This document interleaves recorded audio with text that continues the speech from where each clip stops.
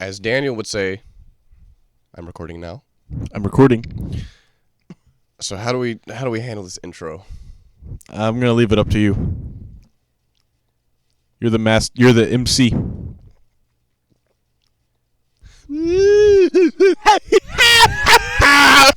Hi and welcome to the Rocco Bodie Pigcast. He said it and he meant it and he's here to rep. It's a giant death cast of fucking.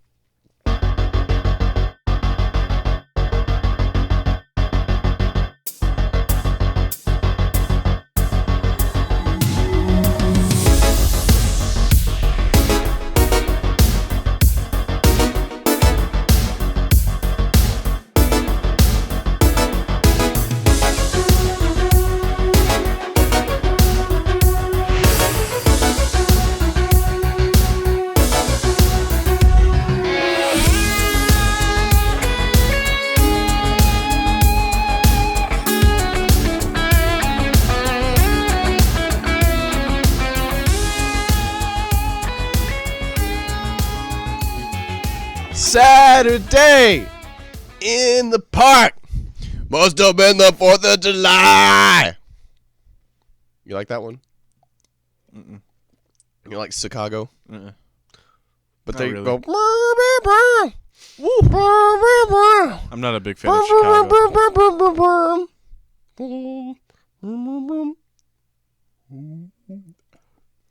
Well, that sounds like Live and Let Die.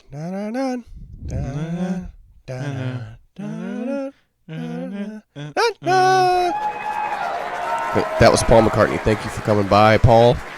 You know, if you die soon, it's just That's gonna be a rough night. bullet to the head time for me. Bullet to my Valentine. I have one of their albums over there. Play it. No one really wants that. The poison is not required. That's what it's called. It's got a nude chick on it, but Nude?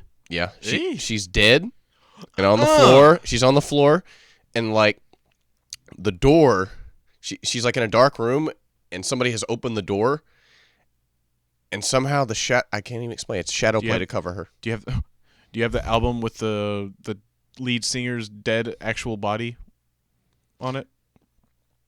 He like shot himself with a shotgun or something.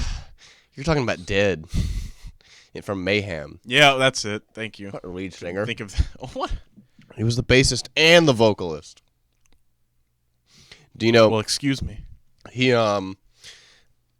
they said that before shows, like on the bus and stuff or whatever, they probably didn't even have a bus back then, that he would carry around a dead crow in a Ziploc bag, and he would open it up and put his entire face into it so that when he went on stage, he would have the smell of death in his nostrils. That's dead. That's showmanship. That's dead right there. And they said he would bury his... Wait, the band name was Mayhem. Yeah. Okay. One of the most iconic early black metal bands of all time. And they say he would even bury his stage clothes and dig them back up to look like something has been exhumed. I like this. You want to get into black metal history? No, not at all. Because it's That's a like the last storied thing I wanna get history. into. It's really fascinating, actually. The killing of Oystein Burstein by Varg Vikernes of Burzum. Oh, man. What are these words you're saying? They just sound like nonsense. Varg Vikernes is this very famous, outspoken anti-Semite Nazi sympathizer who is the sole man behind Burzum. And I feel like a lot of early metal could be Nazi sympathizing. Nah. Really? Nah. I just picture skinheads. I don't know. Hardcore punk. Huh? Oh, that's more punk, yeah, I guess. Very hardcore punk, especially like the anarcho stuff. But we started off talking about somebody who was dead. But we're here to talk about other people who are dead. We need to actually talk about this. This is going to be a downtrodden beginning. I'm calling this the Giant Death Cast. Giant Cast of Death. Giant Cast of Death works too. It's interchangeable. Let me ride on the Cast of Death. One more time. Oh, God, we both got that. Well, lately, the tears just don't stop coming. You want to talk about what happened the other night? It's up to you. Want to go into detail about the catharsis? That's up to you. I want to talk about it. Okay, fine. This is the giant cast of death. I want to cast. explain myself. This is a whopper. I feel like I need to explain myself because you texted me some stuff about feeling so bad about it, and you really wish you hadn't done it, and I disagree. I'm glad it happened that way. Let me tell you fellas what happened. And by you fellas, I mean Daniel and Joe. Maybe the person who... You're out there somewhere. You're listening. The prefix of their name is a mathematics concept, addition. Oh, wow. Okay. I don't want to really put his name. that That's a pretty unique name, isn't it? Yeah. Anyway. So, the other night, how did we start everything out? We did our narration of... last week was supposed to be like... a big one. It might have been like our almost going away thing. It was the last chance to like get as much possible because of your schedule and mine just matching up. So we started out great, like flawlessly. Got the big Halo commentary, which is practically a podcast out. Like, yeah. Gosh, still got to put that together. I've got all the raw stuff on my computer. We got that done with like 10 hours to spare. Really, we got done in like 10, and but. After we did that, we did Super Metroid, I think. Yeah. And I think after that, we kind of just... We took a little break. Started dilly-dallying around. Yeah, as we do. But that was our plan. You know, that was our plan. We got to have some kind of joy. It's all fun to do this, but you have to have some kind of kickback. You have to have drive, really, to be productive with it. Well, so shortly after things were going off without a hitch. They were going pretty good. They were going pretty good. But... after that, in the wee hours of the morning, Chris broke the news to me that the legendary David Bowie had gone on to the other side. And little did Chris know that I am a very, very, very big David Bowie fan. I've never broadcasted that for a variety of reasons because, well, first and foremost, I had just thought that you didn't like David Bowie. I love David Bowie. I think, in a way, I kind of like him more than the Beatles, honestly. Some of his stuff fits what... some of his musical tendencies fit more of what I'm interested in, such as his stuff. His ethereal, like, sound and space subject is really interesting. That's a lot of his early stuff. Oh, well, that's the stuff that I like. He, I kind of fell off with his stuff from the late 70s, early 80s, when he got into the 80s, what he called the plastic funk stuff. Yeah. It was totally emulating like American funk, and it wasn't all bad. It just wasn't really what I was looking for. It was a big departure. My precise taste, you know.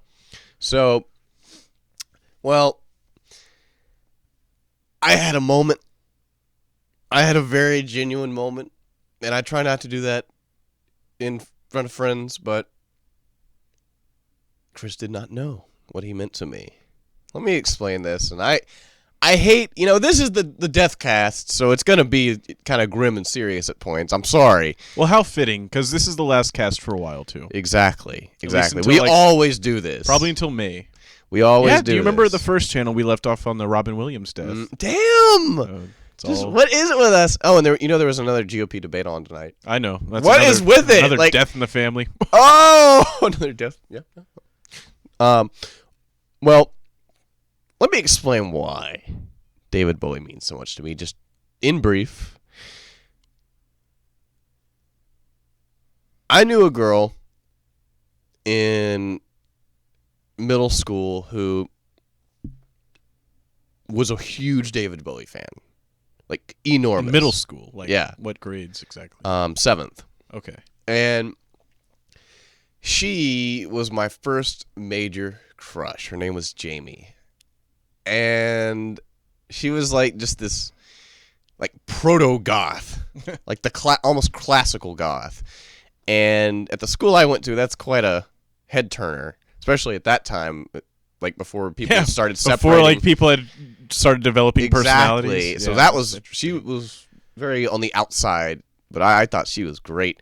And she like listened to music that was very different than anyone I'd ever heard. And this is around the time I started really listening to music.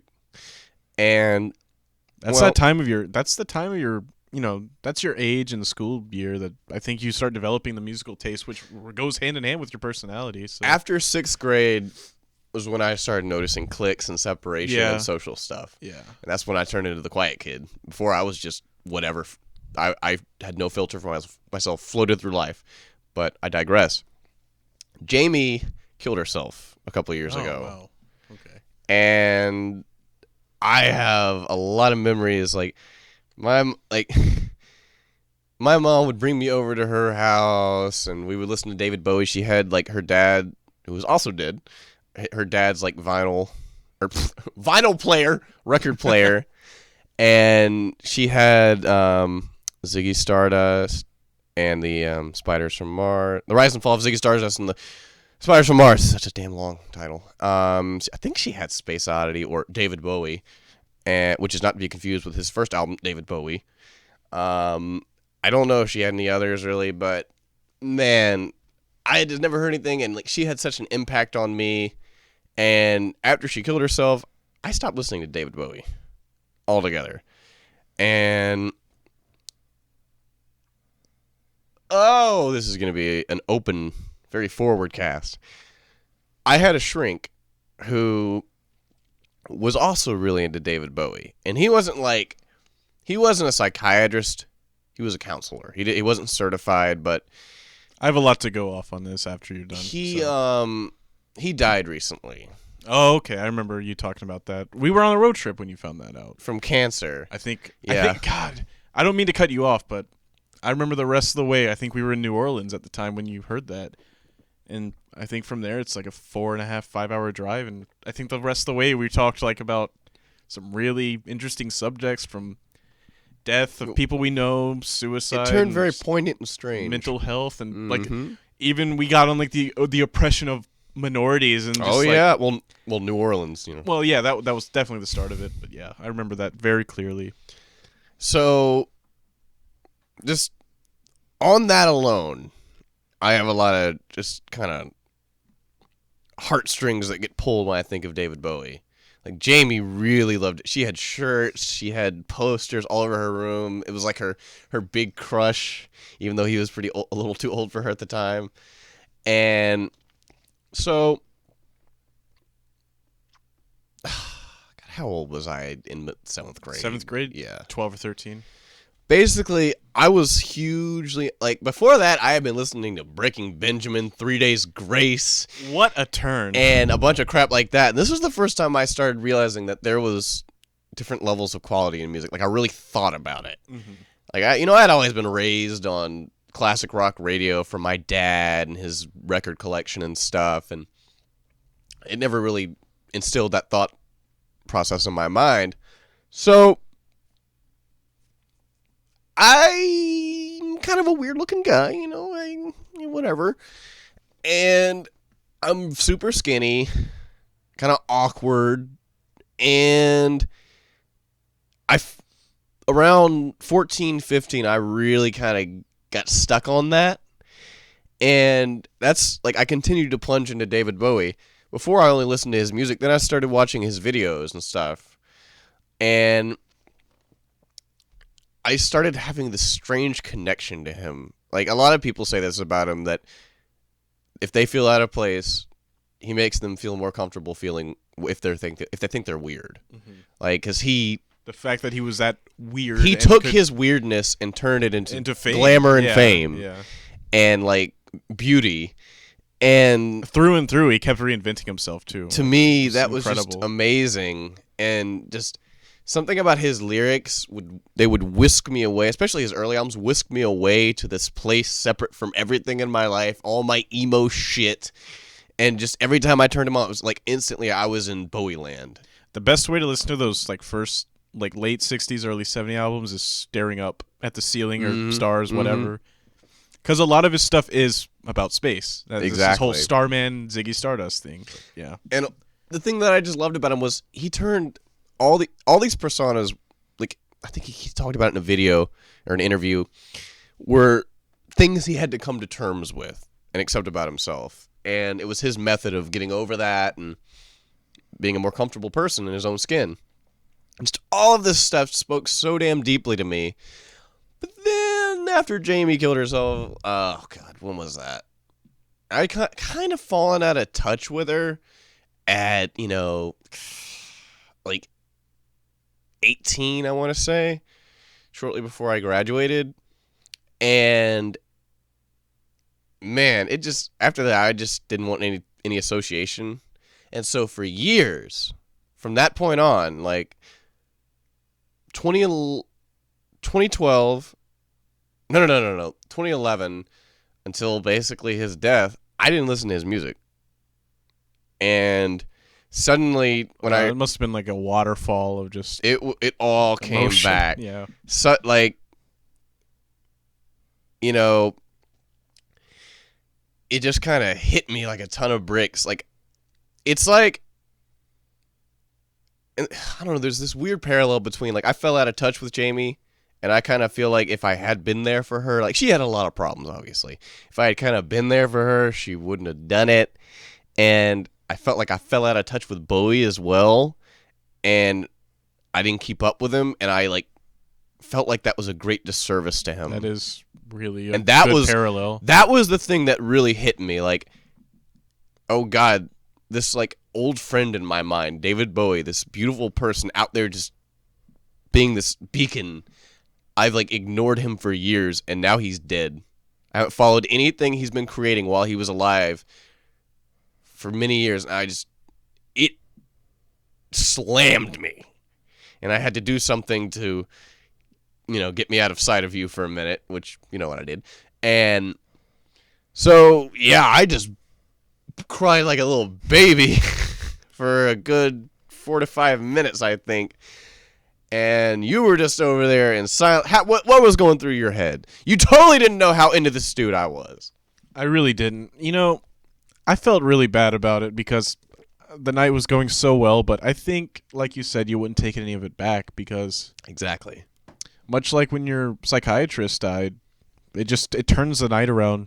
Different subjects, more profound subjects get talked about, and that's what I was thinking, just like, how can I turn this around? How can I help in any way, and how can I relate? I mean, I love David Bowie.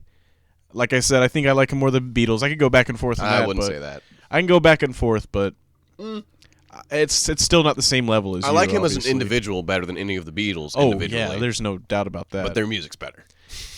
We'll get into that. Much better. We'll get into that. But, he was just like, I felt like he was a teacher and like an old friend. Have you ever had like someone you haven't talked to in years, and then they just die? It's a very striking parallel you pulled, between that girl and David Bowie. That's incredible, really. Like, there's just so much I associate with that, and it was just like a slap across the face, like, oh my God, what have I done? What have I done? I had a pretty decent friend in, I guess it was freshman year of high school. Someone that didn't really... He was kind of on the outside, but if you really knew him, like everybody agreed with this. He was never in the middle of things. He was always on the outside. Kind of a weird guy. Ooh, sorry. And he would, I had a class with him, and we were the only guys in this class. And I remember he was rip-roaringly funny. Like, I couldn't believe how funny he was. A real hoot. He was just a joy to be around. A necessary party favor, I like to describe those people as. But the thing is, nobody knew him enough to ever get him involved in anything. So he was always on the outside. Was he like the class clown that everybody was happy with when he was there, but then they didn't do anything with him? Yeah, you could say that. I know those types. I'm one of those types. God, I just remember we were in biology class, and we would always just take a sheet of notebook paper like this and draw the most absurd shit, just making fun of people like anime freaks and stuff like that. But oh my! I think some of the hardest times I've ever laughed is looking at our drawing. Just stuff like that. It's like those mark beep things that me and Joseph used to do. Right. We were always on the same page. I remember laughing at this substitute teacher, and we were in the very back, and she just like lifts her head up and goes, "Oh, are you through laughing, Mr. Jokester?" And we couldn't hold it in. We couldn't hold it. Just like, bah! That's going to sound great. Oh, man. That guy was a real joy to be around, and nobody knew it. He was like a treasure. Like, I mean, as silly as it sounds, he really, like, what a hidden gem of a person that nobody knew about. And I think, freshman of college year, or my freshman year of college, around April, around the end of the year, I know he went off and did some Marine basic training. And that's the last I really knew about him. And then all of a sudden, he went home after he graduated or whatever. He passed all of that, and he shot himself. And he didn't leave a note or anything. So, I mean, and whenever I think about high school, I think about some of the funniest times, and I think, oh, God, I remember that. Oh, he's gone. The sad clown. I hate to pull the cliche, but Yeah. it's real. It's It's very always real. like, I don't think about him being dead, and then I think about something funny, and then I just go, oh. Because he's alive in your memory, but not in reality. It's amazing.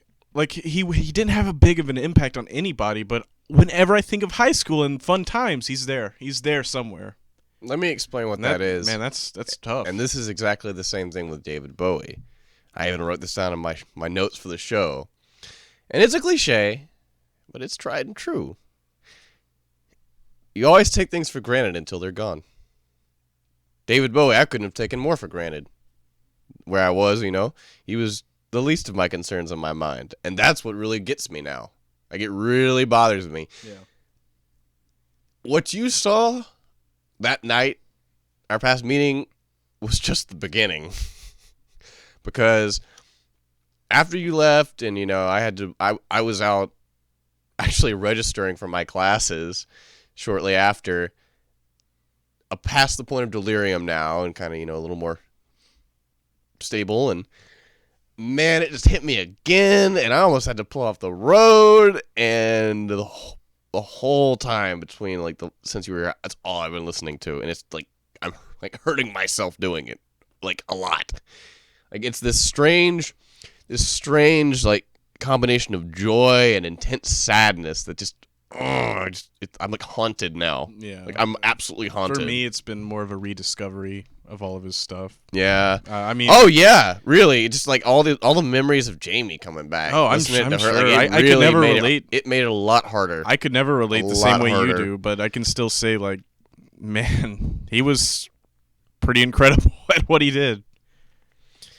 And it sucks. Yet you're right. You don't appreciate it until it's gone. And I haven't thought about David Bowie seriously, like listening to a whole album and shit since I found Space Oddity. He put so many damn albums out that it was easy to just get like and clogged there are up. so many hits too. I mean, There's the there thing are about so David many Bowie singles. that always surprises me. Like when I first got into him, it was like, oh, he did that. He did that. That song. Oh, that song. Oh my god. I remember thinking about that when I heard Suffragette City. I was like, oh, that's him. I Weird. had forgotten that he did Changes. Yeah. I had completely forgotten because I was like, oh, that is the most awful bullshit like commercial song, and I was like, he did that. Apparently, it was also like him mocking pop music in a way, which is funny. I think it was his first single, actually. I want to say it was. Dude, he released plenty of singles before that. It was like 1971, though. Space Oddity was a single. That was 69. Yeah, okay, maybe. I don't know. I might have read that somewhere, but whatever. That's neither here nor there because, I mean, Lemmy's dead.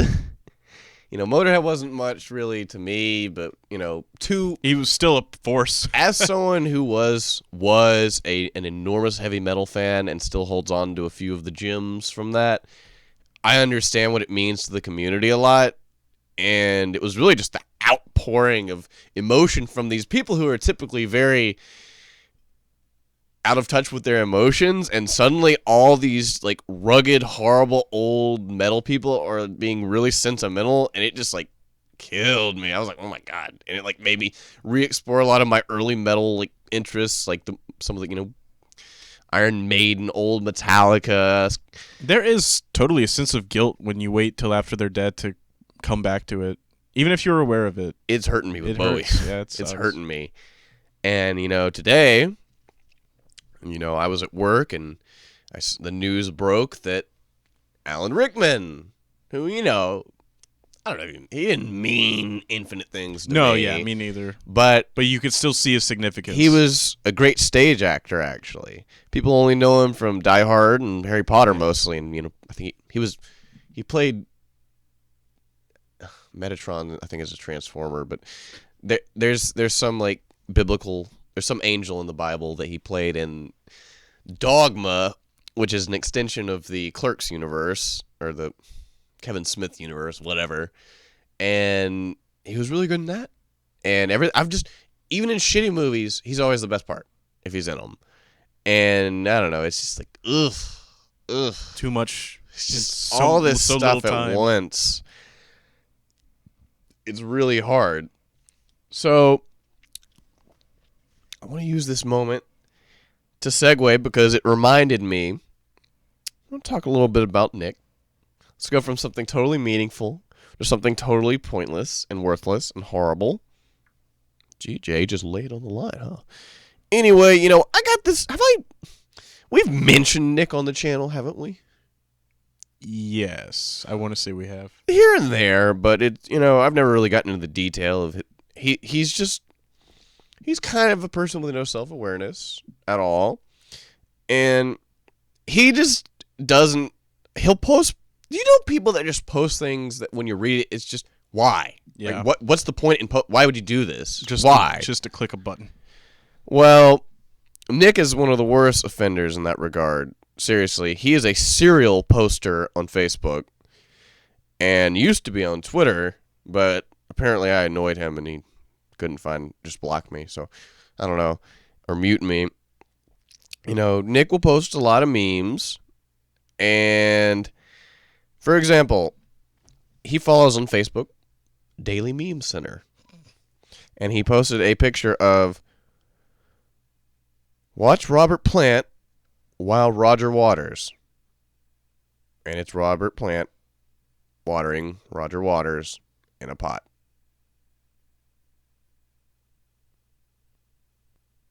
He posted that, like he falls victim. He doesn't understand. Okay, do you think people should understand not to post things that are being heavily circulated? Like, there should be this acknowledgement that this is oversaturated. Absolutely, but that does not matter. They think it makes them cool or hip. This Roman candle minigun thing that's been going around. It was going around for days. Without fail, he's going to post it. And he posted it after it had been, I saw everyone post it. It's like, why? How do you not get, okay, this is done. This has been done. And he'll post a lot of political stuff that's really like harebrained, like at some point in American history. Oh, and he's bad with commas. Like, I'm not the best with commas. Like, I kind of take a little artistic license. But he, like, if there is a possible chance to put it in, even if it's awkward, he will put it in. He'll just post really just things that make me just like cringe. Incense matchsticks have got to be one of the niftiest inventions ever. Why? Thanks, Nick. Thanks a lot. Thanks for that tidbit. I made a bonfire a couple of weeks ago at the edge of the then receded lake. Period. Big one. Period. Nice one. Period. What? What reputable one. Period. My bonfire is, now, underwater. It has been, since the flooding. Period. It still is. Period. What a cruel twist of fate. Period. A lot of people are hating on Trump without real reasons. Just memes. Done a lot of reading, this morning. That's not right. 3 reasons Trump is a terrible choice, 1, no period, close parentheses. He's made common sense lists of things that pretty much everyone wants to change. He's gotten a lot of support by pointing out a lot of stuff that has changed, and a lot of stuff a lot of people would like changed, but he has 0, specific plans or functional redundancies in his mind to carry out his goals. Although, he does give basic strategies, they are rudimentary and lack the level of detail required for any amount of justice to be carried out on a large scale.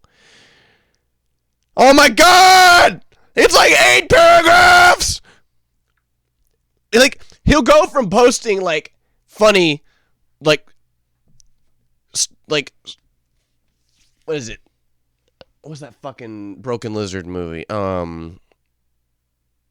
Troopers. Super Troopers.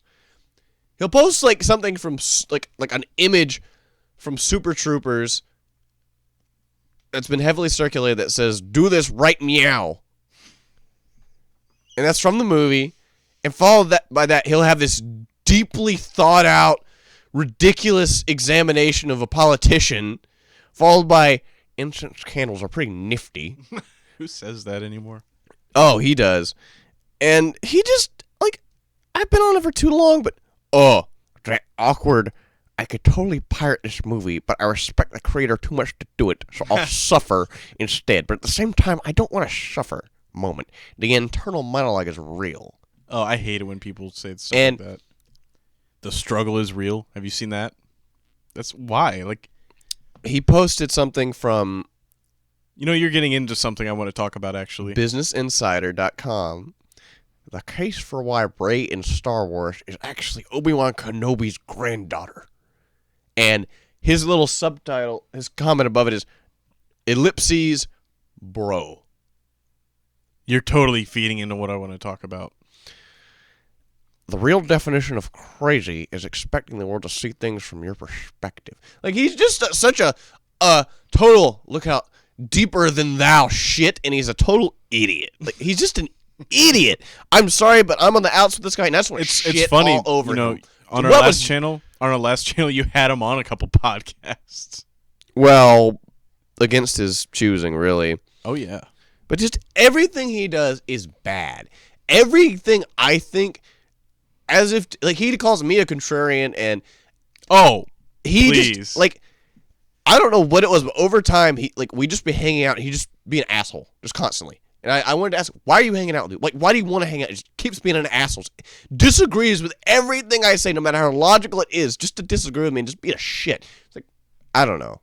I need to get away from this. This is taking up way too much time, and I don't want to give him that much credit. I hear you had a point to get into based off that. Yeah, I want to talk about, and I know you'll be full steam ahead on this issue, the systematic destruction of the English language through text and speech. Emojis, man. Oh, man. Oh, emojis, the use of the word bro. I'm so sick of hearing bro. Bay is kind of on its way out. But that makes the people who use it worse. No, please. People will never be that self-aware. Bro needs to really fucking stop. That whole thing. Did you see the Jennifer Lawrence thing where she, like, berated a foreign man for, like, looking at his phone while asking her a question? By the way, I hate her. I do too. Well, this will make you hate her more. Well, have you seen that? No. She just says, like, something along the lines of, you need to look up from your phone and can't live your whole life behind a screen, bro. It's just, like, what an asshole. It's a foreign guy. He was trying to read his No, I'm not talking about him, her. I know, that's what I'm saying. Just, what an asshole. Just that something is fundamentally off with the people's mind who... If you can be that hoity-toity about that in front of people... That comes out, that's your punctuation. Yeah. Bro. Like, that's the type of person that should be put into a cell.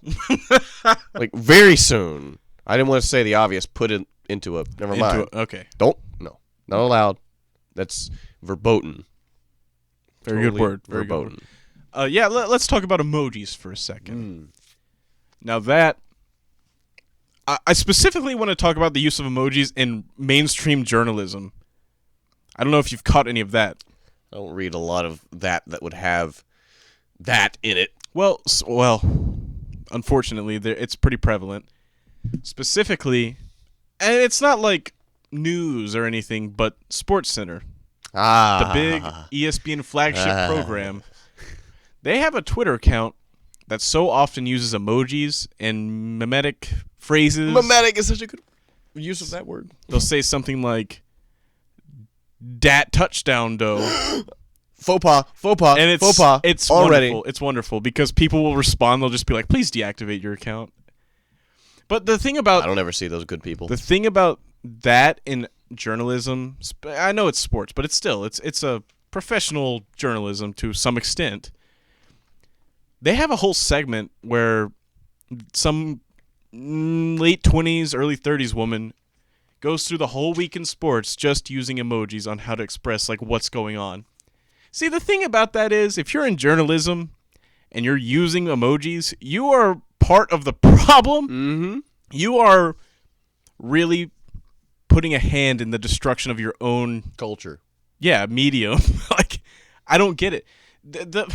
It totally takes away from all like creativity in speech and text and everything. It's just wrong. Let me counter with this. Well, not really counter, but more agree. Well, I've tweeted about this a few times on my personal page on Twitter. Where else would it be?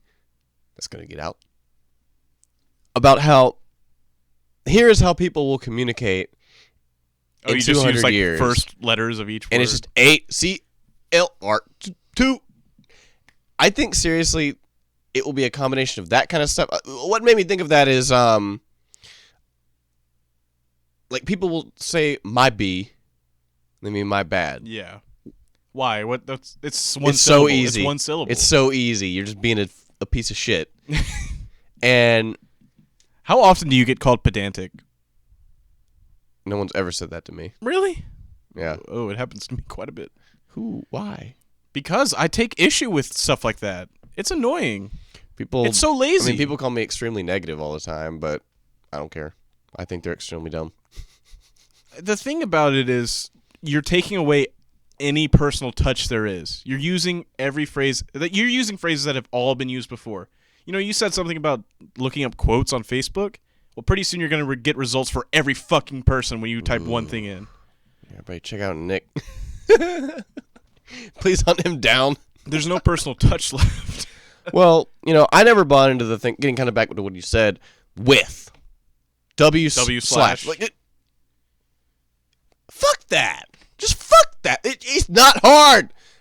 How many circumstances are you in where you're able to type out all these other words, but with, you got to get that out. You got to get that out. You know, I think you just need to be more creative. Oh, but maybe we're being constricted by the 140 character limit on Twitter. Well, I'll just be a little more creative. Just rewrite it. I have to do that every time. Usually what I do when I'm tweeting, I'll have some long-winded, ridiculous shit, and I have to edit it down over and over and over and over. I always have like -22 remaining. Yeah. Oh, me, God. But, you know, my father talks about, I don't agree with him on this as much, but the babification of this generation and our language. He takes a lot of issues with everything sounding like baby talk, like self-E. Yeah. And right. Why is an app not an application? Well, App! See, my father, in a weird way, I very much so come from my father in a lot of ways. It's weird, but he's on the other side of the spectrum. And Bay, man, that just... are you sure that's falling out of use? It's not as prevalent as it was. Man, that's everywhere if you I do still see it. It's rough. I it's see it rough on the if you see internet it. everywhere. I hear it with the people I work around. Okay, I've not had the misfortune of that. I also can't stand, hey, friend. I think I've mentioned that on another podcast. And also, all right, boo. Oh, at work. Oh, at work. Oh, man. It is a very blue-collar thing, this job, but, why would you think that's acceptable? Bay. The word, it makes me sick. I don't like the word baby, because there's bay in it. I don't like bay anything. Like Bay of Pigs. Oh, Bay of Pigs! No! We need to start learning how to differentiate ourselves before we all become a gray sludge. Seriously. Like, our language is devolving. Exists. Oh, okay. Here. Let me get into this. You know, we've talked about emojis being akin to hieroglyphs. Yes! Like, how far back can you go? Seriously? How far fucking Seriously? back? Without being able to articulate what you mean, you have the most baseline opinion. You don't even have an opinion. This isn't going to work out. You know that H3H3 video where it's those ridiculous like dudes just combing their hair and looking pretty? I think everyone's going to be that, like that type of person, communicating, and all the things we hate, being absolutely idiotic, listening to only Nicki Minaj and Drake, and that will be everything one day. And that's it. So on top of this language thing, have you seen the trend of lip sync battles? I haven't delved into it. I've been completely indifferent. I haven't looked at any of it. You cannot be indifferent. Listen to me. I don't know anything about Listen it. to me. See, it's a big Jimmy Fallon before thing. you get into this, keep in mind, and I tell people this all the time, I was internet guy for many, many, many, many, many, many years, and that's why I'm so sick of it. And no, I avoid a lot of stuff on the internet. Like, I go to like 3 sites. That's it. I got news to break. Please break me. This is Jimmy Fallon. This is not an internet thing exclusively. Tell me about it. It's on Jimmy Fallon every night, I think. Now, you know, karaoke, it can be kind of bad. It can be pretty rough. Kind of the point. Let's do lip sync battles. You know, where we don't sing? Let's use emojis where we don't talk and use our words. How far fucking back can we go? Seriously. How are the things that are popular is not having a real opinion about anything and not singing? How far back are we going to fucking go? Are we going to, like, return to the time of throwing stones at each other and saying, AF, fuck, bae? How far back are we going to go? Pause. Let me read a few lines of something to you. When I had attained the age of 17, my parents resolved that I should become a student at the University of Ingolstadt. I had hitherto attended the schools of Geneva, but my father thought it necessary for the completion of my education that I should be made acquainted with other customs than those of my native country. My departure was therefore fixed at an early date, but before the day resolved upon could arrive, the first misfortune of my life occurred, an omen, as it were, of my future misery. That's from Mary. Jimmy Fallon the Omen. That's from That's from Frankenstein by Mary Shelley. A book. I don't know why I had to fill that in. I just wanted to show that I knew it was by. No. It's a book whose language is not the most flowery thing of the time, but to me, when I read that kind of stuff, it's exquisite. Like the mastery of language. And anyone who received an education and didn't go out to work on the farm, that was the standard. That was the way everyone wrote. I follow Samuel Pepys, the diary on Twitter. He was an English naval man, and he was a blue-collar guy.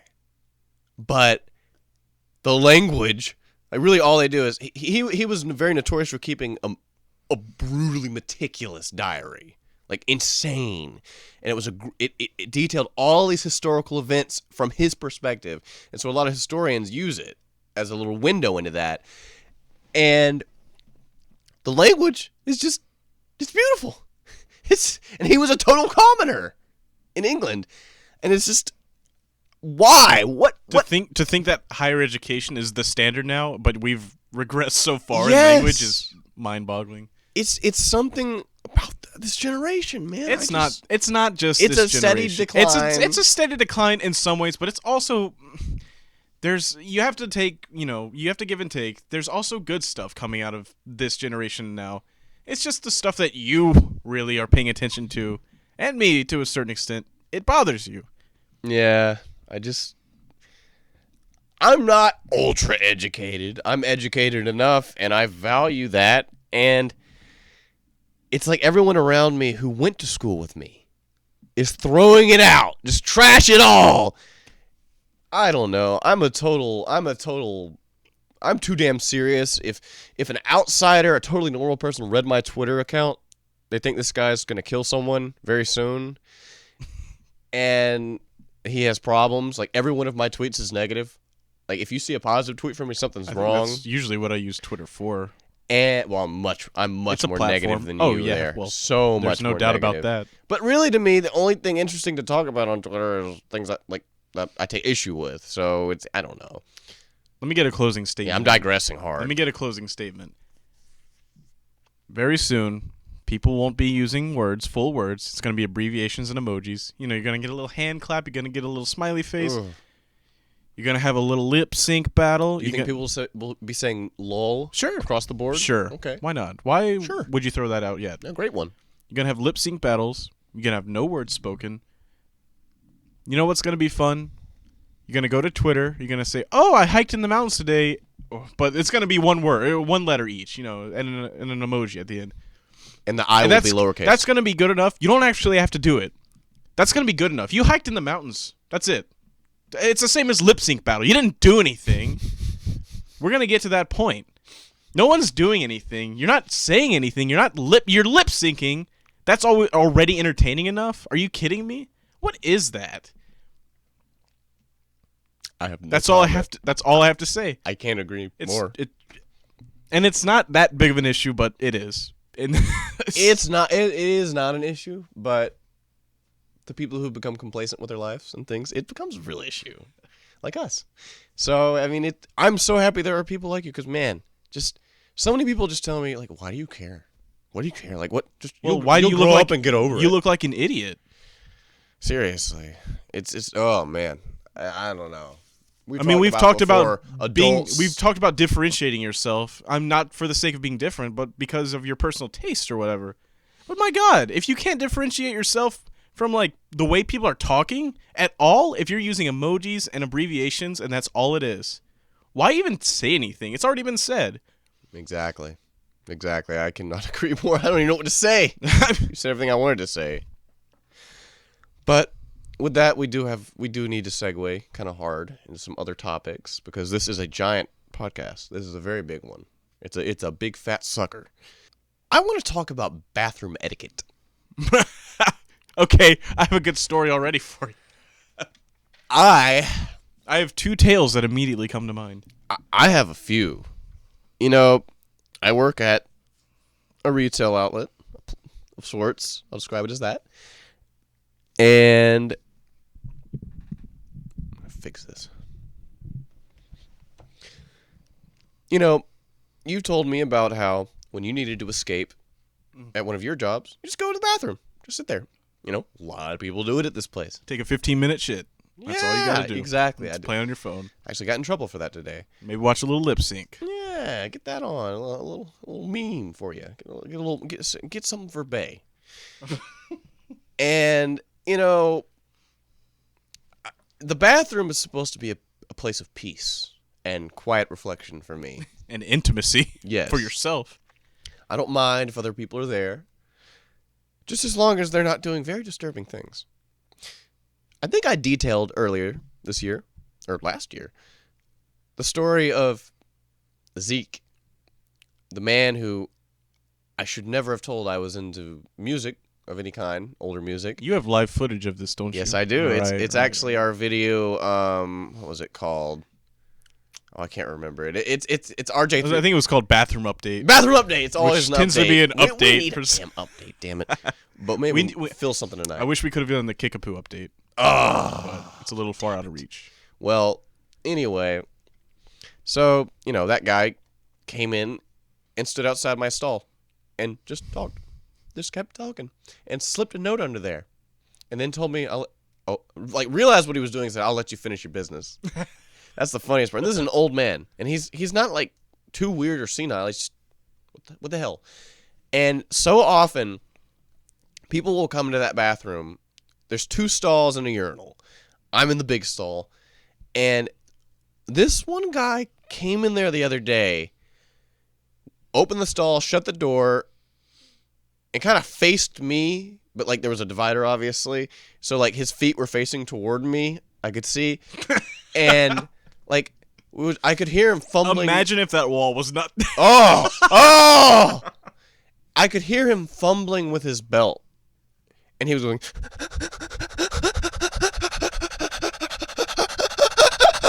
And he was just standing in front of the toilet, and I thought the dude was about to ejaculate. Yeah, that's what it sounds like. Like, it sounded just like it. I don't know what was happening.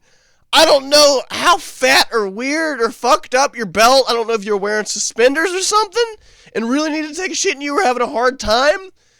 But just, I couldn't fathom any amount of pain, excruciating anything, making me do that in a public setting when there are other people in the bathroom.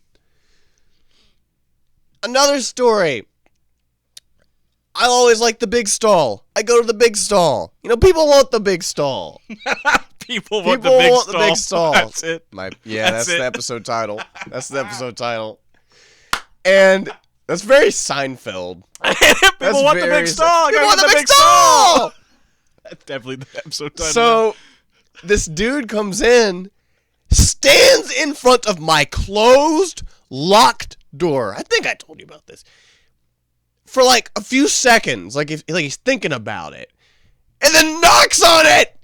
It's so clearly fucking closed, and like, can't you see the feet? I always look for the feet. That could be another one. I always look for the feet. It's a Seinfeld, 100%. And I'm just sitting there awestruck. Like, I ought to just be like, occupied. But he keeps doing it. Just keeps knocking. And finally, I go, occupied. Just like I'm completely exasperated. Like, I was watching the show and finally got fed up. And he stands there for a minute. Like, he's confused. And then goes to the open stall next to it that didn't have piss or shit on the seat. I had checked it before. Just like, what the fuck? What the fuck? Then I have to sit there like... It's like someone's playing a practical joke on you or something. I have to sit there fuming now as he's like taking a shit next to me. It's like, what the fuck? Because when you have to hiss occupied to someone, it's like, oh God, I hope this guy doesn't come out while I do or something. And, you know, there's some people who come in there, like, and they use the urinal going, Like, I'm in the bathroom a lot at work, I'll admit. Like, me too. I did it a lot. And just like, why, man? Like, why? You know, do you have any bathroom stories like this? I don't have a... Well, okay. This is a quick one, a quickie. Ooh. When I was in high school, I had a physics teacher who was obviously... He was a very strange guy. Not very personable at all. And strangely, disgustingly quirky, I would say. In the worst way. You know, people draw a lot of phallic images on bathroom walls. You know, that's a high school thing. That's a middle school thing too. It's a lot of fun. But I walked in there alone. I was in the urinal doing my business. Oh. And he walks in, he does his business, and that fucking thing next to me, there are 4 urinals or something. He goes right next to me and he just looks at me and goes, admiring the artwork. Now this is borderline like sexual assault, I feel like. It's what are you doing? You're a teacher. Seriously, that's Why? funny. You shouldn't even acknowledge it if you're a teacher. You really shouldn't. That's funny because I had a teacher in high school who was absolutely beloved. I loved the guy. He was great. But he would do this thing. In our bathrooms, we had like a row of 3 urinals. I'd go to the one on the far left. He'd go to the one right next to you in the middle. Well, that's disgusting. And weird. He was like a really laid-back, cool dude. He would put his arm on the divider, toward me, and he'd always go, "What's up, Jay? You doing all right today?" I don't want to talk to you while I'm excreting fluids from my body. I'm looking at my dick, and you're looking at your dick. And you're talking, you're acknowledging. No! Oh, like, even if I like dick, which, not a fan, that would be weird! I would not be comfortable with that! Because there is excrement coming out of your reproductive organ! And you're touching it! And you're looking at it! And you're touching the divider! And you're close to me! Stop it! I saw a guy one time walk out of a stall wrapping up a Subway sandwich. Get back to this in the other bathroom. Oh, and I have just speaking of bathrooms, there is one Walmart in this town that I don't know what it is. The look on their faces. There is this one Walmart that for some reason, like, whenever I use the bathroom there, I always walk into the women's restroom. And I'm probably like that person that someone's complaining about on the podcast. What are you doing? Why are you doing? Why it's so easy? Just read the sign. And usually I just say something like, whoops, I've had a long day. You gotta be exasperated. Man, I'm tired. Yeah, that's always my excuse. Like you know when someone asks Riker. me how I'm doing, I just go, I'm tired. That's just like, I'm immune to any criticism at that point. I'm a big fan of I'm hanging in there, man. I'm a big fan Gotta be honest. of that. I'm always tired. I mean, you know, that's how it works. I am. But, man, just, bathrooms are just, just people sitting on a damn toilet. I'm dead quiet, man. I don't want to bother people. I know people don't give a shit. They just do what they want to do. But, man, come on. It's a communal space, and you're doing something personal and serious. Don't do this. Don't take my time away from me. I know this is a much talked about subject, and we're going on and on about it, but it needs to be brought up because I'm just so concerned. Oh man. So, we'll talk a little bit about my first class. Oh, it's a new semester. Yes. It's a new semester. I was previously a music major at my old campus, and I completed 9 music courses, some of them with some big credit hours. None of them transferred. None. That was Not even as like electives? I am required to take a fine arts. And they didn't transfer that. Oh my god. I can't wrap my head around it. I made her run it. Like I made the registration person check to see that they had been transferred. She said, yeah, they didn't accept them. That is horrible to me. That takes like a year away from my graduation in a way, or at least as far as hours go. And you have to look at all the toil you went through too, and be like, "Wow, seriously, this was for nothing." I music's guess. hard when you do it on, especially a classical level, on an academic level. I took music theory. Oh, that's the one. It was really tough for me. Yeah, and that was on a high school level. Imagine I was a freshman. A very serious classical music program. And so I said, "All right, what are they offering?" And they offered a music appreciation class, and I said, "Well, I've taken no damn music classes."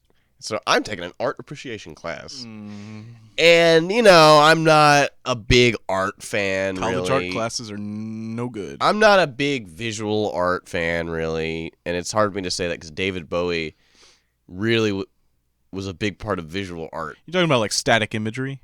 Or what do you mean? That exactly? and, God, what video is it? It might be the video for Aladdin Sane or something. I don't know. It's one of those videos where it's just him. Just like you showed me earlier. Heroes. Yeah. But it's all these artistic angles and like sides of his face and these crazy shots. And, it's funny, this was yesterday. I went in and the first thing this teacher does, she starts showing us all these images and videos in her Art or Not segment. She encourages people to speak up in the class. We've got plenty of bubbas in there with camo hats. That's what I want to see. In an art appreciation class. Bubbas is such a good word. It's just good old boys, too. Good old boys is good. So descriptive. With their matching camo jackets, too, and their boat shoes. And so I knew this was going to be a fun class. And, we probably talked about this on the old channel. It's a well-established fact among most people. When you're in a class that's mostly dead silent, when there is one person, that one person who will not stop answering the teacher or raising their hand to tell their story, oh my God, it's bad. And fortunately, I'll speak up if a bunch of people are speaking up. Because, especially on subjects that I feel strongly about. Yeah, I do that too. And art in general. Music, music's art. Movies are art, all that. I feel very strongly about. And so, she showed a couple of images of things. She showed, a David Bowie song, a video. And everybody agreed it was art. There's really, like, even among very ignorant people who are, homophobes and stuff. It's hard to deny it's art. And then she would show You also have to appease your teacher or professor. They don't give a shit about that. It's college. Mm-hmm. And she showed a selfie of Kim Kardashian. And man, the room lit up. Oh, I'm sure. The room lit up. And, really what it all boils down to is art is a subjective matter. But she started arguing that this has become a new form of self-expression and art. And a lot of people agreed and a lot of people didn't. I was one of the ones that... genuinely saying that it is? Yeah. And somebody said, I just think it's kind of trashy. and I said, yes, she's the queen of garbage. Nice. And I got this roaring of laughter. You're popular. Once it was working out. I don't know if I'm popular. I was sitting by myself sort of, but like people were looking at me and it was good for once. And, I spoke up a lot. Do you know who an artist named Kincaid is? Thomas Kincaid? Yes. Yeah, he's like Bob Ross, pretty much. He is more generic than that. Bob Ross. He's all cabins in the woods. Yeah. Bob Ross was a good entertainer. But he was. That stream. But Kincaid basically creates the most over-commercialized generic paintings known to man. And she showed us that, and and I said it wasn't art because it's commercialism. I'm very opinionated, obviously. We both are. And I said if a piece of art is specifically, and I stressed specifically, motivated by to make money, by making money, it's not art. I.e. pop music. There's varying degrees. You can also have artistic inclinations and want to make money. Oh, like, of course. I think everybody wants to make money. Real, like, streets, people that have been on the streets are trying to rise up in hip-hop and just want to get out of, the streets and stuff. I can respect the desire for money then, but it's a fine line. And when I said this, there were a lot of sighs. And was this after your Queen of Garbage thing? Yeah. Oh, no, you lost them. I know. And... like, I don't know. It was weird, man. It's weird, and the teacher seems to like me because I dropped a lot of names of artists. Like she showed me a Jackson Pollock painting. Mm-hmm. Those are the splatter ones, right? Yeah, it was. Well, he did a lot like that, and in that vein, and it looked like just a bunch of black ink spatters. And I said it reminded me of Ralph Steadman's art, or the way he penned things. Right. And she like dropped her mouth and turned her head and went, nice. Oh. Wow. And so it pays to be well informed. I'm not trying to be teacher's pet, and I don't want to be. I don't want to be the guy that someone across the room was like, this fucking guy. By no means do I want to be the guy that somebody across the room is having to sit and go, oh God, he's going to talk again. I don't want to be that, but everyone was talking. But there was this one older lady in the class who every time there was a question that the teacher would ask, like something that might have related to religion or something controversial and they just didn't want to get into it, this woman was in the very back. Oh, come on, guys. You gotta be antisocial. Come on, let's speak up now. Come on, people. We gotta do this. You're making this difficult. Every time. Just kept going and going and going, and she became that person. Well, that's good. That takes the spotlight off of you. And I'm just sitting there thinking, why can't she realize what she's doing? Why doesn't she understand what she's doing? Yeah, you're entering a world of pain. Fundamentally, it's the first day. Be unintelligent. She has to be to not understand and be self-aware. I don't know. I know there's all kinds of varying degrees of intelligence and things. It can be measured in so many ways. You can have cerebral palsy and be a complete savant at something. It's tricky. But, cerebral palsy doesn't have anything to do with intelligence. I don't know what I'm getting into. But, man, it's funny also because my step-cousin is miraculously in this class. And so I got a buddy, I guess, to sit with. And I don't know, man. My other class is my math class, and it's totally boring.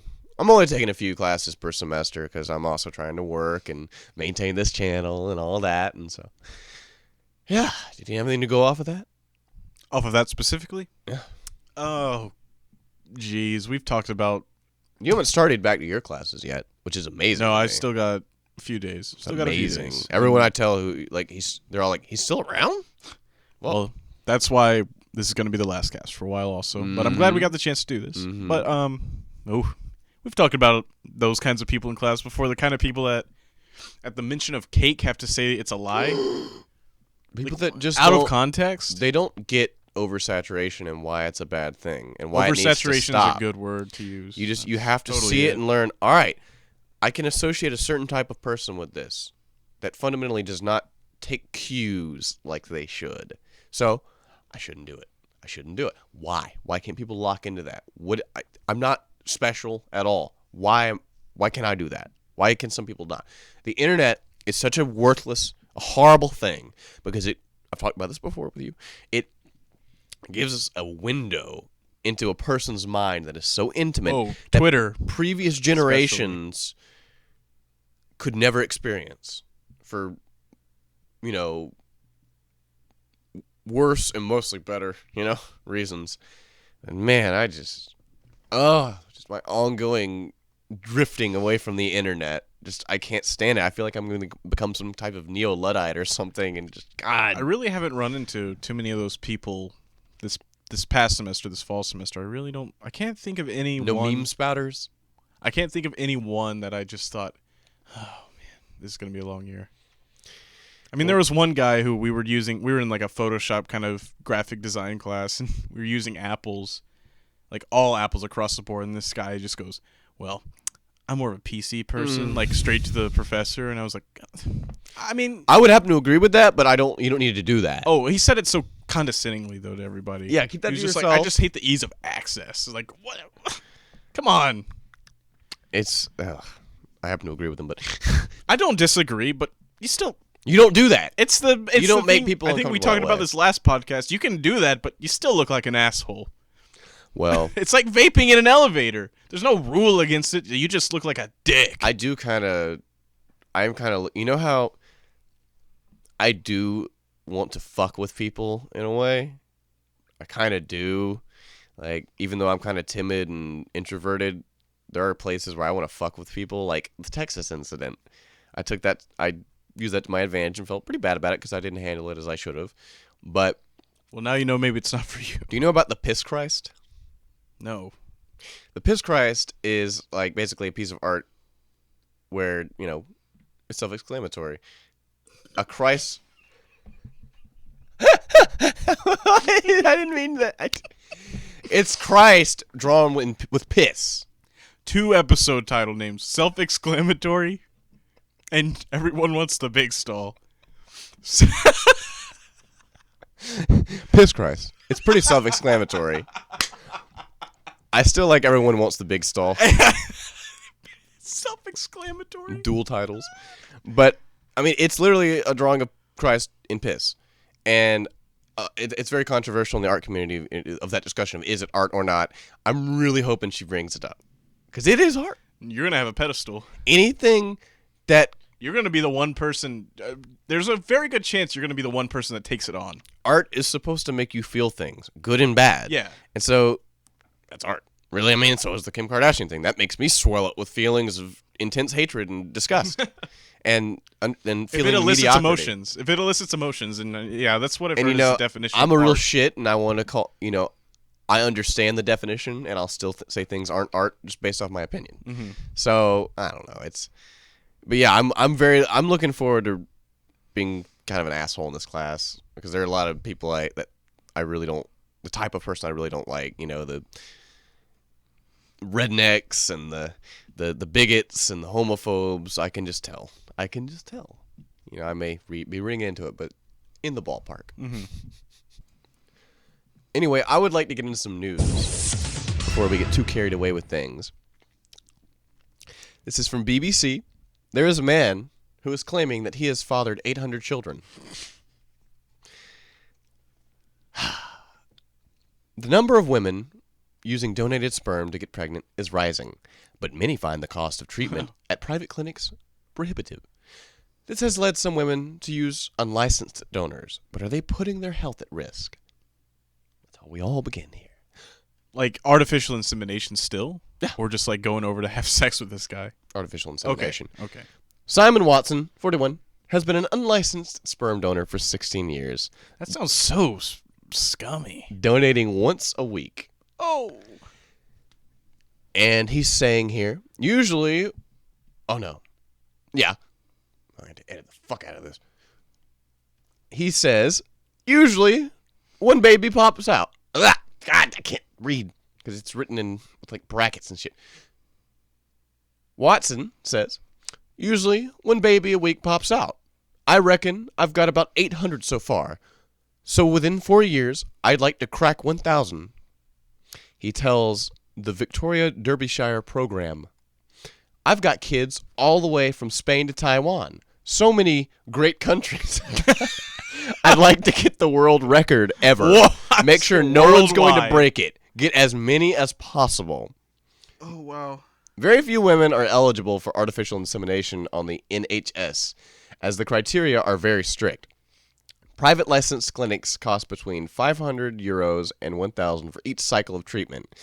Men are allowed to father no more than 10 children. Mr. Watson charges 50 euros for his services. The quote-unquote magic potion pot, and most of his clients find him on Facebook. They ask him questions such as whether he has any hereditary diseases. Then they meet, often, at a service station on the M1. Clients either book a room in the hotel or use the public toilets.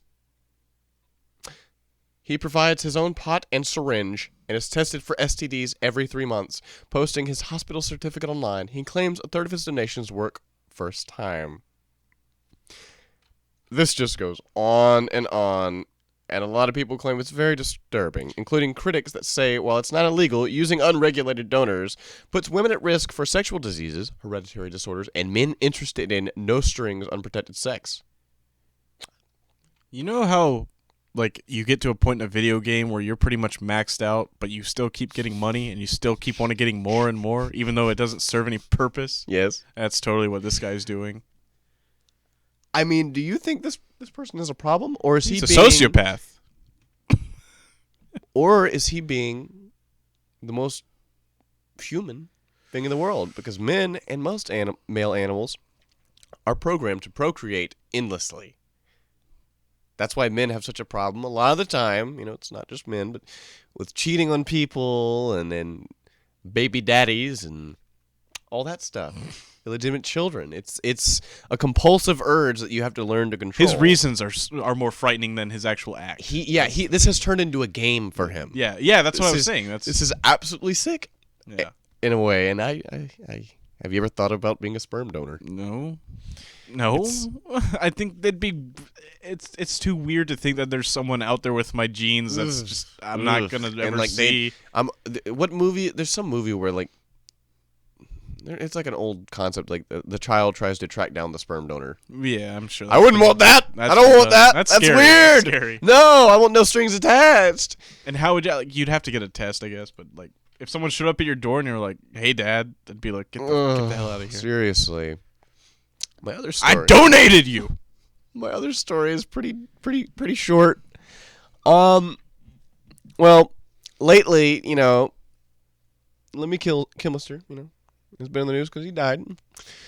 There's a lot of petitions going around to have a lot of stuff named after him for some reason. The metal community is very rabid.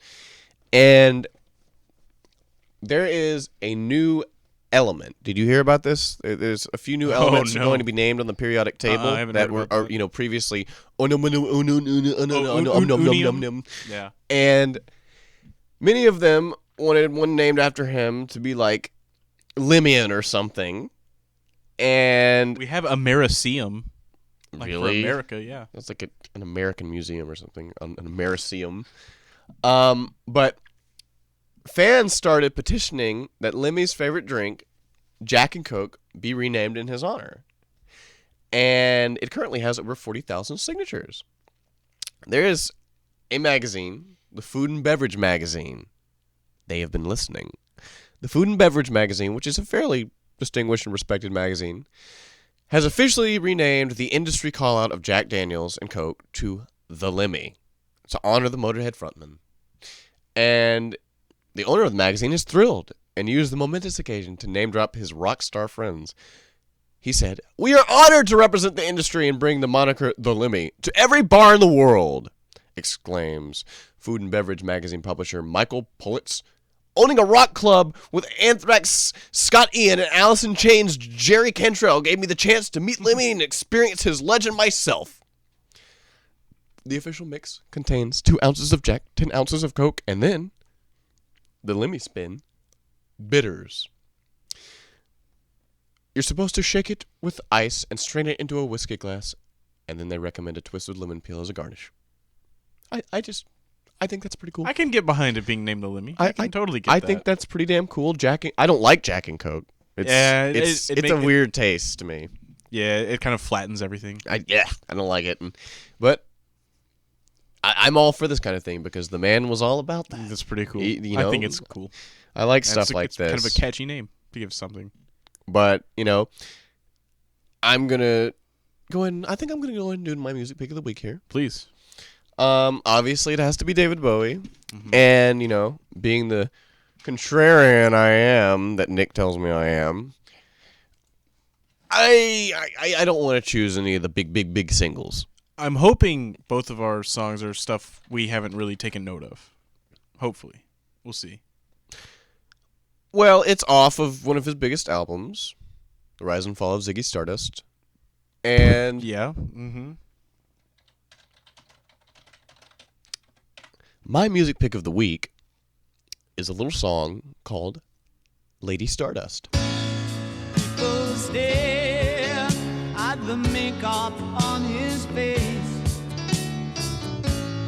laughed at his long black hair, his animal grace. The boy in the bright blue jeans jumped up on the stage. Lady Stardust sang songs of darkness and disgrace, and he was all right. The band was all together, yes, he was all right. The song went on forever, yes, he was all night. Really quiet. Thank God. I thought you were going to pick mine for a second. That's a great one. That's a really good one. Wonderful. Wonderful pick. I just, it's an understated song. We have very similar picks, I think, actually, for It's this an understated song, and I just kind of wanted to call a little attention to it. What about you? week. Okay. Before I go into this, you tore down the walls. So I'm going to go into kind of my history of David Bowie and Oh, yes, please. yeah, Bring 'cause it full circle. You definitely touched on it for quite a while, so I thought I'd do my part. Gosh, I think in 6th or 7th grade, one of my best friends, Coleman, who's a big rock and roll guy, like that's just his thing. I just remember him singing Space Oddity, and I'd never heard it.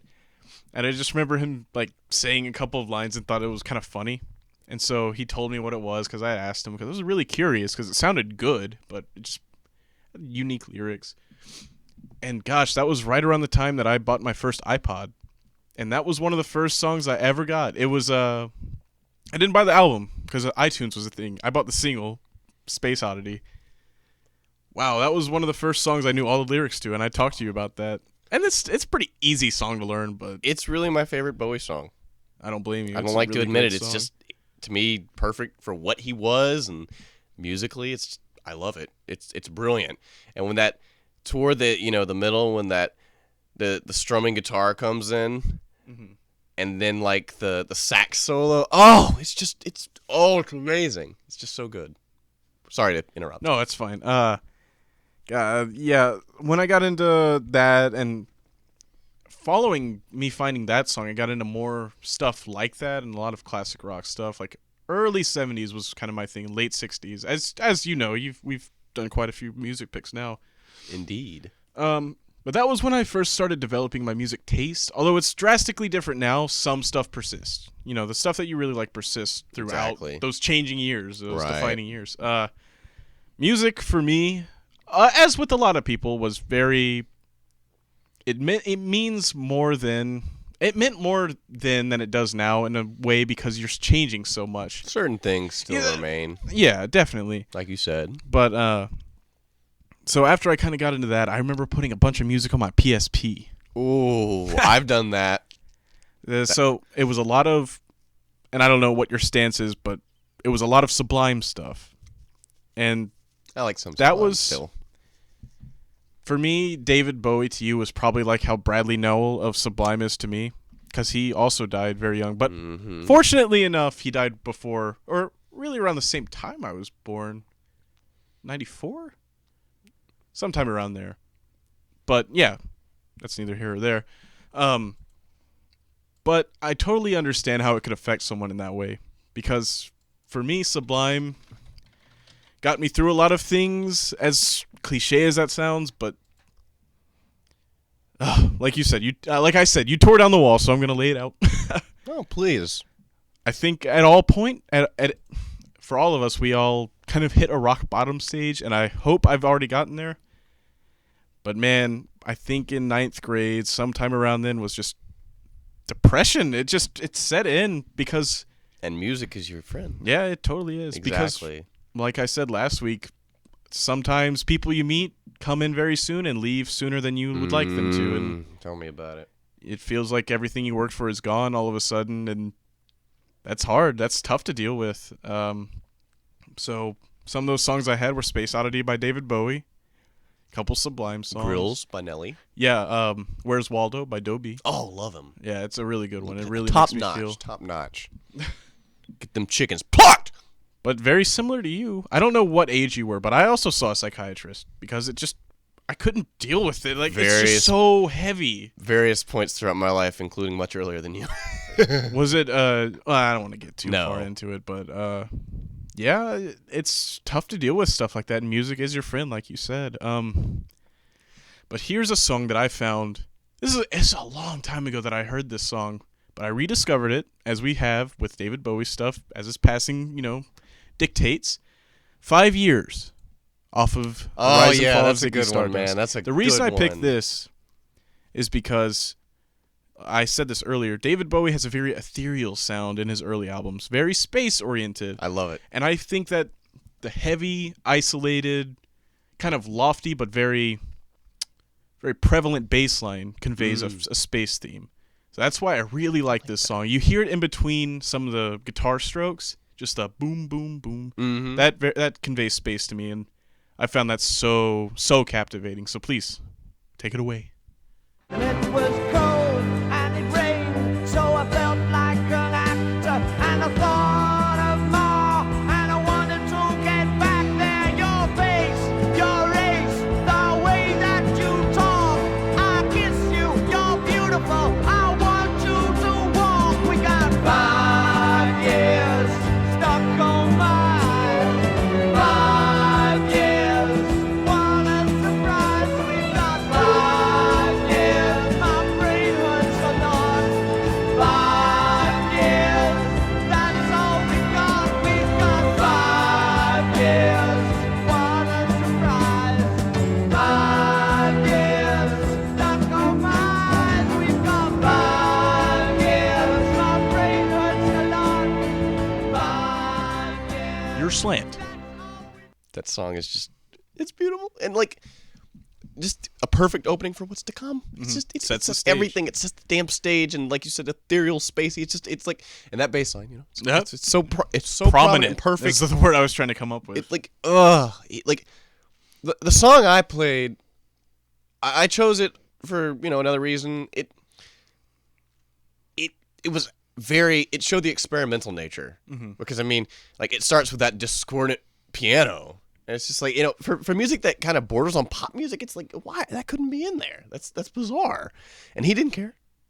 He was bizarre. It was him, just everything about him, and it's so funny that we both. That's funny plucked because songs I from the same almost album. picked Lady Stardust and you almost picked 5 Years. God. That's funny how that worked out.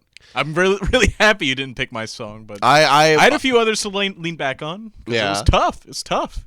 but Such a big catalog. I want to go in for the close here. Please. And do you have anything to say to David Bowie? Starman, live forever, as your tweet said. That's all. I mean, that was perfect. That's all I can say. I would call David Bowie a friend. I love him. I'm going to miss him. I didn't know him, but in a way I did. There was such an outpouring of people saying that. Like, And there was how such can an- you mourn someone that you didn't know? Well, There was such an outpouring of his soul, Mm-hmm. like, that you could feel like you know him easily. It's like the thing on the podcast, when you listen to somebody long enough, you don't know him, when it but becomes that personal, you kind do of know him You after do a know him. while. But there's been a little saying floating around the internet a lot, and I wouldn't usually pick it, but I think it works here.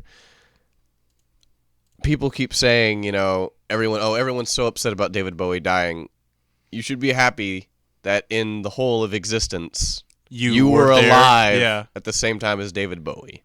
That's what you should be thinking I about. saw someone say in the thousands of years that could have been born, I was lucky enough to Exactly. be born when David Bowie was prominent, and Exactly. still there, relevant. And that that definitely that's beautiful. it's a little cliche, but it hits. I think it totally strikes. I think a it's chord. perfect for him. Yeah, 'cause And he's so strange and he could liven up your when mundane it's- life. When it's a subject of death, you don't think as much about the cliche stuff. No, But, there's a beauty to that. Beach Fossils who, we've chosen. Well, I've chosen. I would have so They got a happily song chosen you that like. song too. You got a song you like? They posted something. There was a huge outpouring. I posted on Twitter.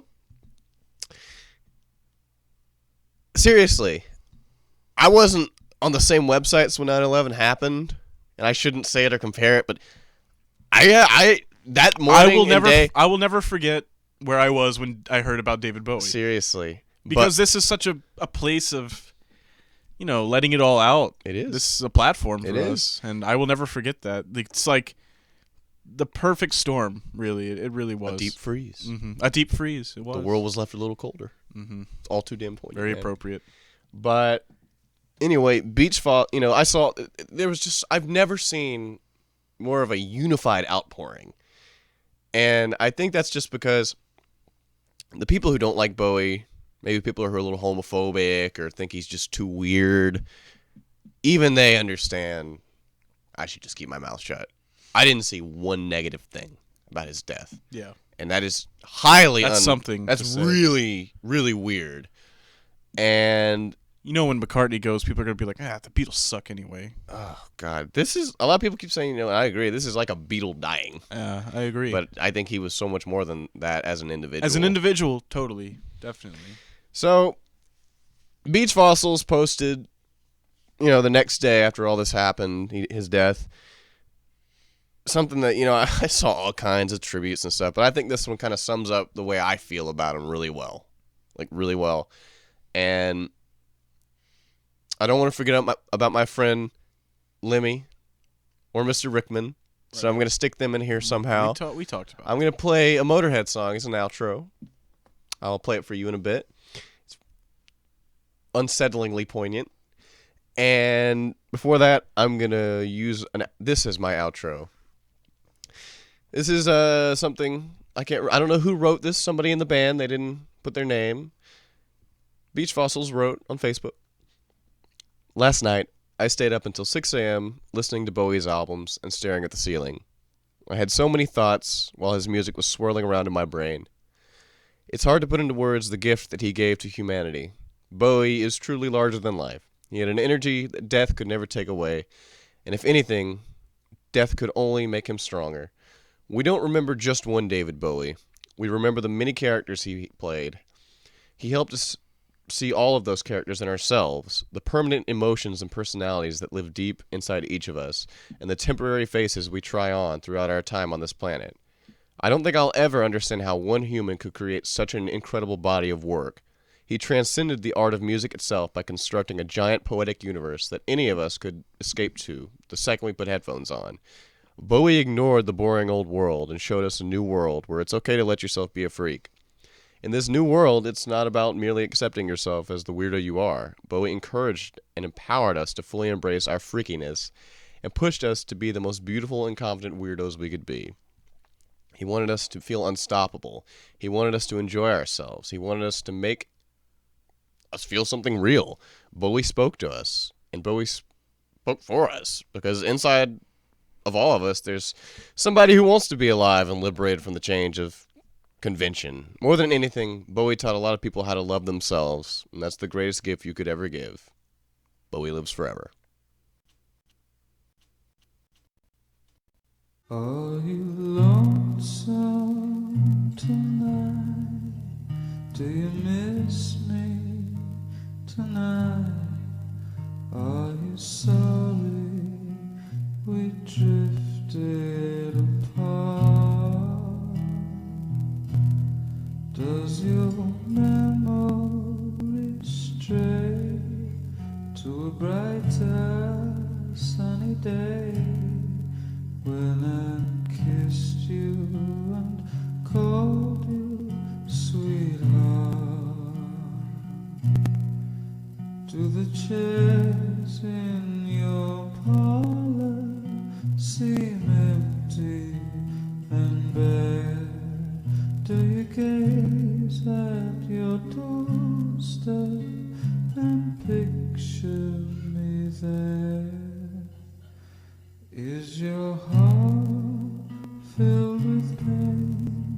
Shall I come back again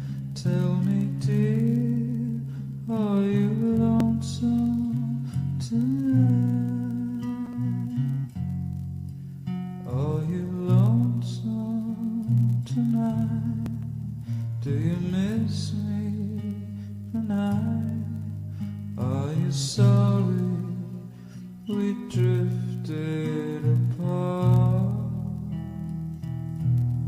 Does your memory stray to a brighter sunny day when I kissed you and called you sweetheart?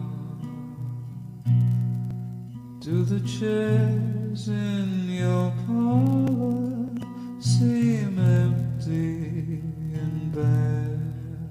Do you gaze at your doorstep and picture me there?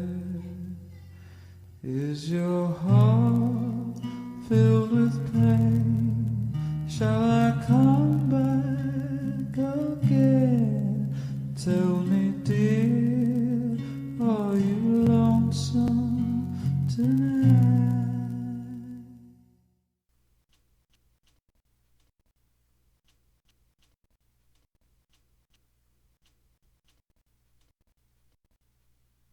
Sorry to put a cork in the dick.